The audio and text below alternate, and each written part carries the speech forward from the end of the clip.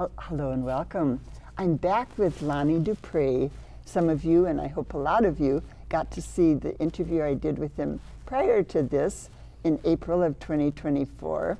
And he was gracious enough to say, we'll do another half hour. And so I'm kind of looking at this as our bonus time. I'm going to throw out kind of a bunch of questions that are things that I thought of last time that I didn't have time for, or that are popping into my mind randomly. I've read both his books. As many of you know, Lonnie Dupre is an Arctic explorer. He's an environmental educator. He is an author of two fabulous books. One is called Life on Ice, and the other is Alone at the Top. And they're both so well written. And if you just wanted to read them for books that were well written, they would qualify. If you want to read them as books that are dramatic and hold your breath and kind of feel like you're living a very dangerous life with him, they're the books for you. So anyway, I've loved his books. And now he has a film out, and we talked about it last week. The film is called Amka. And Lonnie Dupre, would you tell us what Amka is all about? Yeah, Amka's about, well, it was about going back to Greenland after being gone for 23 years when we first circumnavigated it between 1997 and 2001. And we was you and myself another and man. John Holger from Australia. We dog sledded around the north, kayaked around the south. And so I went back there to find out how my Inuit friends were doing in the last 2 decades and create a film about the bond between the Inuit sled dog and the hunters and the Inuit sled dog and polar explorers. And so it's really about that bond, and that allowed Inuit people to survive and polar explorers to explore. Mm-hmm. And you said to me that you kind of fell in love with those dogs that you worked with. Well, to me, the Inuit dog, they represented adventure and exploration, mm-hmm. because they were part of that when Perry discovered the North Pole and mm-hmm. Roald Amundsen the South Pole. So they never cease to amaze me. They all have their own separate characters, mm-hmm. and they're super loyal companions, and they get you where you want to go, and safely. And safely, and that's a huge part of it. And you protect them, you feed them, you keep them we going. take good care of each other. They mm-hmm. They keep us on the move and keep polar bears at bay, and then we take care of them with food, and sometimes they get even manicure. We cut some of the fur off of their feet so they don't get snowballs. Oh, sure, that would be a problem, wouldn't it? Those things, and so a close relationship. The dogs that we hear about in Minnesota that are doing the races, what is the famous bear race? Iditarod and John Bear Grease. Yeah, the John Bear Grease in Minnesota. I think they canceled it because of the weather this year. Yeah. The Iditarod, I often hear or read that dogs have been injured in that race, or a racer gets stopped because of dog problems. Well, usually those dogs are athletes for speed and for, I don't know much about that. They're a different kind of dog? It's a sport. Whereas the Inuit dogs are used for a life, it's their life. They're a draft animal. Their purpose is really different then. A total different purpose. Yeah, okay. Hunting and travel, whereas the Iditarod is competitive. But they're the same breed, aren't they? Not the same breed at all. The Alaskan Husky is a mixed breed of many different types of dogs, whereas the Inuit dog is a pure dog that is part of the Spitz family of dogs, of canines. The Spitz family, which is a species name? It's a Spitz family of dog, came from Mongolia. Oh, and so when the people had traveled across the Bering Land Bridge, across the Canadian Arctic, and ended up in Greenland, those dogs came with them. Oh, that's why they do look stronger and huskier, really. Yeah, and they're bigger. Really a lot of fur on those dogs. Yeah, a lot of fur. Yeah. We're going to insert a clip from Amka. You'll see some of these beautiful dogs, and then we'll be back and talk more about Lonnie's life.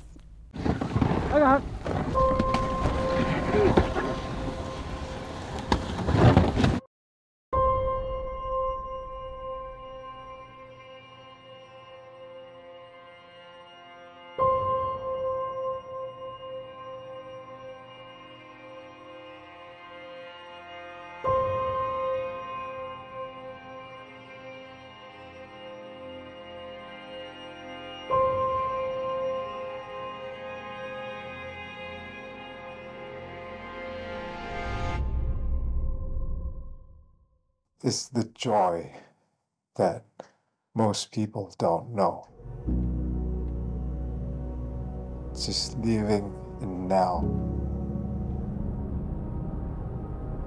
I don't think I could be happier exploring than off the back of a combat with a team of dogs. It was the dogs that changed my life because they enabled me to explore. Being there, touch it, feel it.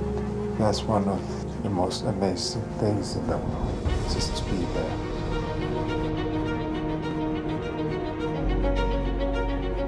Being in the moment like that, in that place, is where you connect with Native people. It's make me peace inside, and also it's keep me proud because I know my ancestor was living like that. This Arctic area in the dark or light, you can not live without the dogs. What it means to me to travel with dogs is freedom.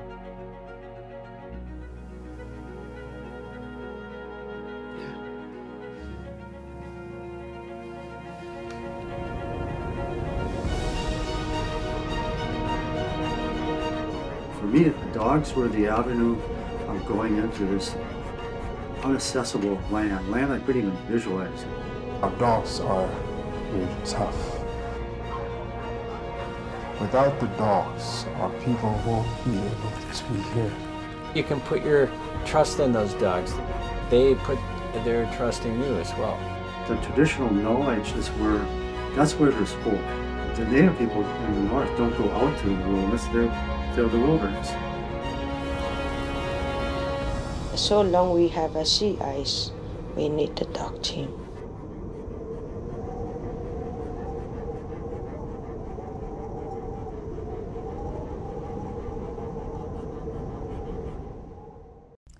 Well, you get a feel for this excellent film. It's beautifully photographed or filmed.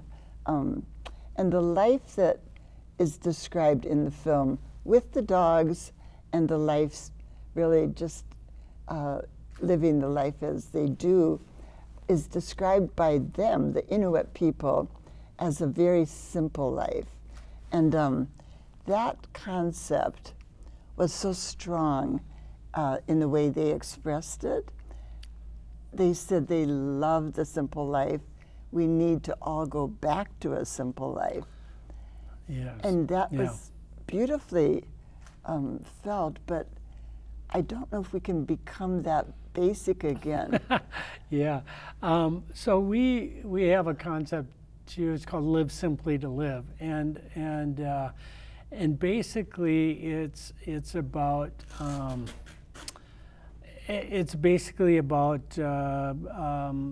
you know, small things, small problems, big things, big problems. So try to keep things really manageable. Try to avoid big mortgages and big payments that keep you bound to a specific location. Allow yourself to, if you have things more manageable and a little more affordable, and it's amazing how much you can get, how little you can get by with. And then that frees you up to follow your dreams. To do what you really want to do. To follow your dreams. And so we advocate that quite a bit. And that's what allowed us to do a lot of our expeditions over the years. Do you live a very simple life in Grand Marais? Yeah, I mean, I've lived my whole life without running water. Have and, you really? Electricity, actually. Wow. I mean, that's quite a statement, Lonnie. Well, as of late. Now, I've just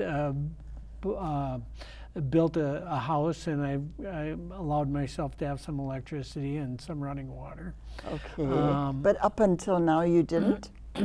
Well, periodically, mostly when we were on the farm, of course, it was always a mix when we were growing up between, oh, the water's running. We always said, we have running water, we just run out to the well with a bucket and we run back to the house. Right? Somebody's running here. So that was our running water. But but most of the cabins I lived in over the years were dry cabins. So there was no electricity and no running water in those. And of course, we jumped around from cabins to cabins as we kind of built up some equity on some of the properties that we have. And as of late now, I have a house with electricity and running water, and the whole 9 yards. Do you feel like you're enjoying it, or do you feel almost like a guilty feeling? It took me a while to get used to it, actually. I bet. Yeah, it's like, oh, I got a toilet. It's like, I guess I don't have to run outside anymore, to the outhouse. But there's some things we still kept, like a sauna and things like that we'll always have. And but the biggest place I've ever lived in or built for myself was about, I think it's under 700 square feet. Okay, that's what we would call a little house yet. Is that the word we use now? Yeah, so about maybe a little less than 700 square feet. Yeah. Well, we could talk a lot about that, but it's interesting to all of us. I want to explore a little bit with you your friendship with Will Steger, because the two of you, I've gotten to interview you both now more than once, and there are a lot of parallels with your life. He said he learned from you. You told me you learned from him. It goes both ways, I know. Yeah. How did you first get to know Will? Well, I very first met Will right after he got back from his North Pole trip, and I just got back from Alaska commercial fishing. And how old were you then? Let's see, I would have been in 86. Yeah. So I don't know how old I would have been then, in my 20s. So you were mid-20s. Just a kid, really. Yeah, and I had all kinds of questions for Will because I just watched him do a presentation to a group of people, and had all kinds of questions for him. I said, am I too old to start if I wanted to start Something exploring? big. I don't know how I would go about, getting the money or any of that kind of stuff, fundraising or whatever. But he gave me the encouragement to get going and you took my it dreams, and ran with it. And I did. And so we've remained in contact ever since. And I think we became even closer as time goes on, because these expeditions we do are big exploration type expeditions. They were back when there were still things left to explore, and there were still some polar firsts that had not been done, like rounding Greenland or crossing Antarctica in Will's case. And so I think the reason why we became closer is because we could understand each other where other people wouldn't be able to. Or well, you've put yourself, in similar situations that were so dangerous that the average person would not even contemplate doing the things you've done. well, we've pulled ourselves so far out of the comfort zone in so many You have. in so many places that we can now relate to those experiences where it might be hard for others. One of the things that I hear from both of you this year is that you're being a little more cautious as you get a little older. Yes. Both of you are talking about that out loud. Yes. Well, I mean, like climbing, I did some finished up some climbing this year, and I probably won't go back to climbing because I've been climbing now for 14 years. I'm going to go back to my roots of polar exploration, and so that's what I'm going to do there. And I'm going to pursue that dream via sailboat that we have in Lake Superior right now that we're outfitting for the Arctic. And that boat's called the Nordhus or Narhus. How long of a boat is it's a 36-foot steel cutter that we're outfitting and getting ready for the Arctic, because it will go up to the Arctic in 2025. So you've 1 got year from now. You've got a destination and a date and everything. 1 year from now, wow. Narhus will leave Grand Marais Harbor for a couple-year voyage through the Arctic.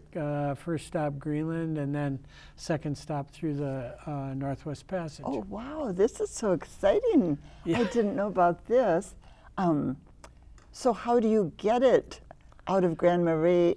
Via the you can sail a sailboat through the St. Lawrence Seaway, right? That's through the Great Lakes all the way out to Labrador, and then we'll go up the coast of Labrador quite a ways, and then we'll cut across over to West Greenland, and then we'll wiggle our way up to North Greenland, and then we'll wait for the ice conditions to improve so we can cross through the Northwest Passage in 2025. Wow. Well, I hope you have someone along to video this trip, or you take great notes and you write another great book about it. I mean, this will be another huge adventure. To give you an example, you viewers, of the kind of things that this man has experienced, I asked him to tell the story of a trip that he took up Mount Hunter. And we've got, what do we have, maybe 10 minutes? So we've got to be somewhat tight, but would you set us up and tell us some of that story? Because it's an example of some of the challenges that you've lived with. So after I did a solo winter ascent of Denali in January in 2015, I went on to try to tackle another mountain, which is not too far from Denali, called Mount Hunter.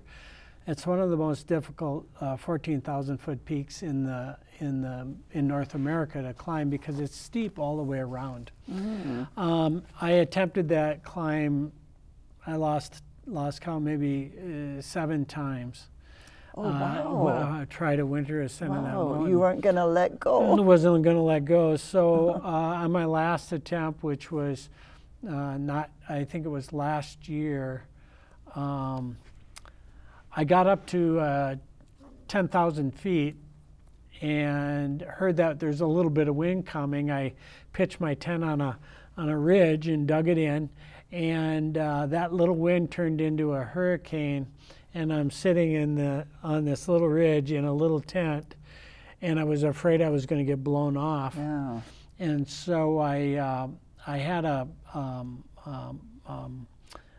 picket, a metal picket that I pounded through the floor of the tent into the icy ridge and clipped myself to it because I was still sleeping in my mountaineering harness, so the wind wouldn't blow me off. Oh, and so I sat and in the the ridge tent. was the only place you could have put Ridge your was tent the only up. place I mean, could because set a tent. it's so steep. Yeah, and the Okay. tent's very small, and so I laid there under flapping tent for all night, really pretty played Having out. to hold down. Having to hold the tent down Yeah. Oh. and make sure that I didn't fly off the mountain because you're at 10,000 feet Yeah. there. And next morning it calmed down. I managed to climb another 1,000 feet to 11,000 feet, which was my highest mark on Hunter That you had in ever winter done. that I've ever done, and Okay.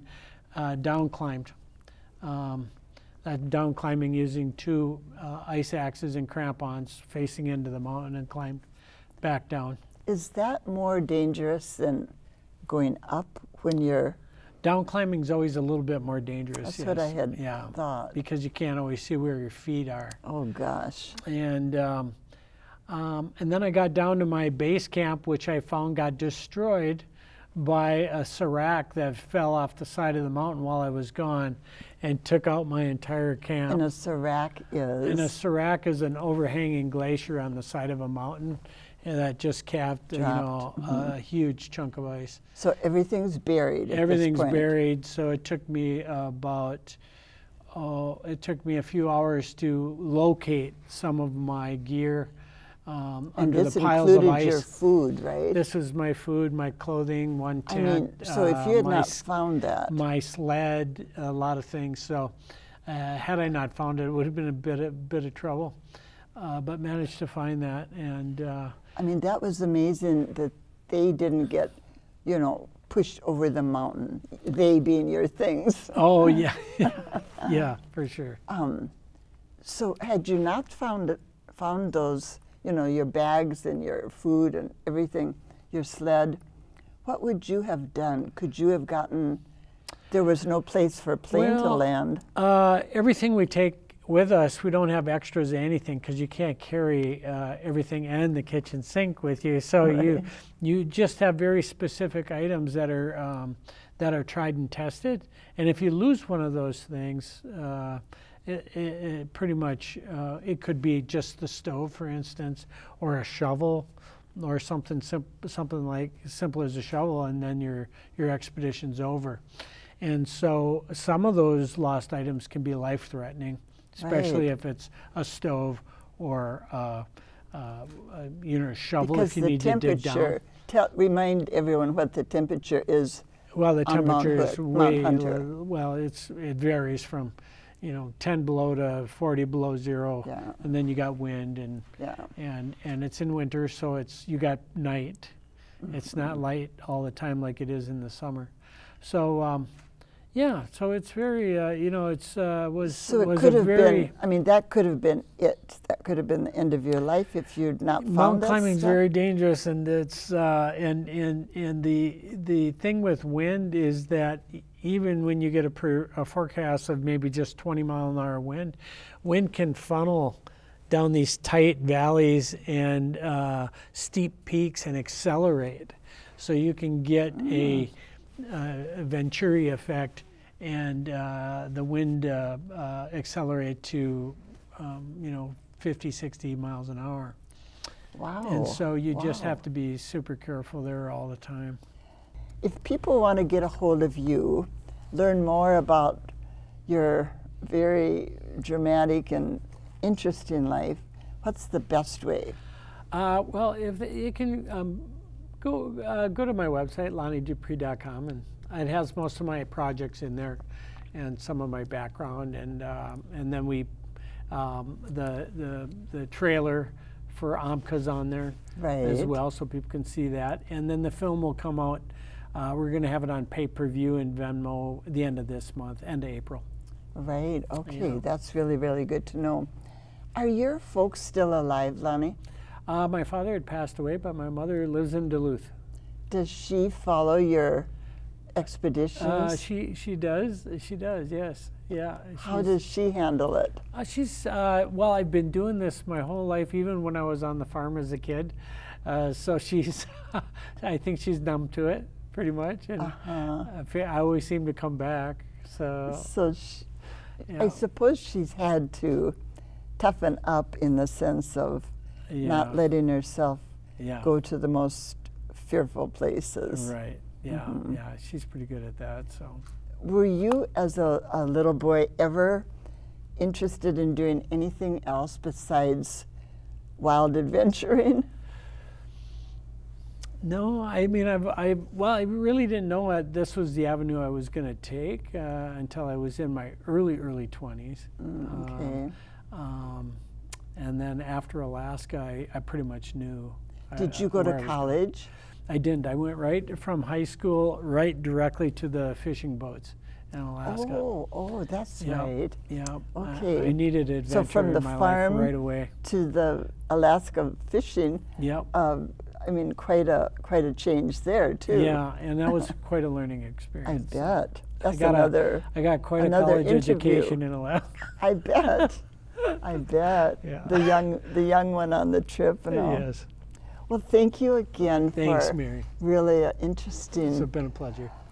I get almost like feeling like I've experienced some of this myself when I talk with you. It's quite dramatic. Thank you for being with us. I hope you can follow Lonnie, and maybe we can have him back when he comes back from his ship experience, his big boat. So thank you, though. I'll see you next week.